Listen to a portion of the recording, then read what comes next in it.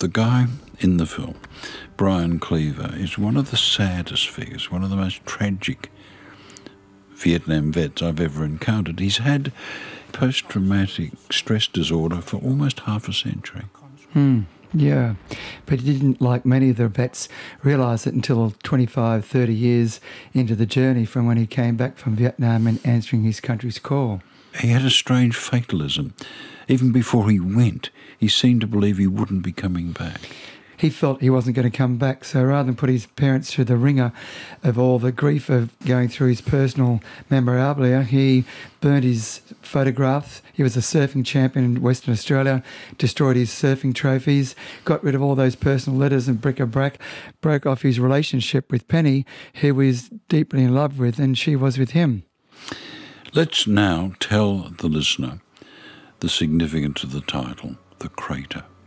Well, Brian, after living with this time bomb ticking over in his psyche and his life, and going back to Vietnam in 2002 to do, as he calls it, some mental healing, because the medications weren't working, the trips to the shrink weren't working either, he felt if he went back and faced his demons in going to Vietnam, then maybe he might get some sort of redemption.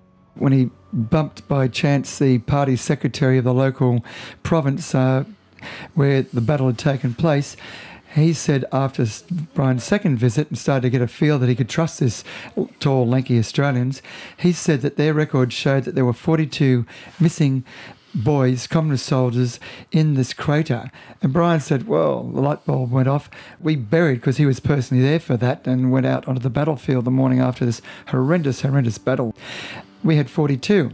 So he set about trying to help them find the missing sons of Vietnam. And he came back to Australia. He went through the military records, the old military maps of artillery and so on at the War Memorial, then went back on at his own expense to Vietnam 10 times to look for these bodies of the enemy. I found that incredibly fascinating, because I could understand someone looking for fellow diggers, Australians, mates that you'd left behind, but the enemy? That is the most phenomenal aspect of the story, isn't it?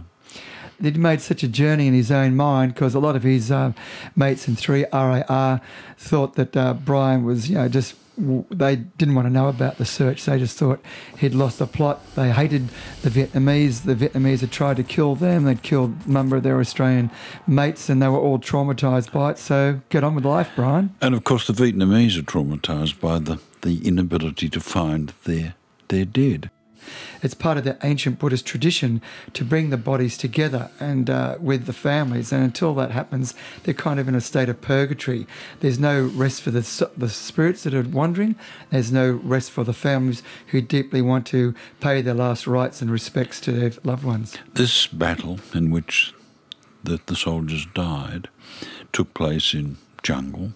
It's not jungle now. These days it's a plantation, isn't it? Rubber plantation, yeah, which made the job doubly hard. You can imagine geography and vegetation changed radically in nearly half a century. It should be said that not all his ex-comrades are sympathetic to him or his dream.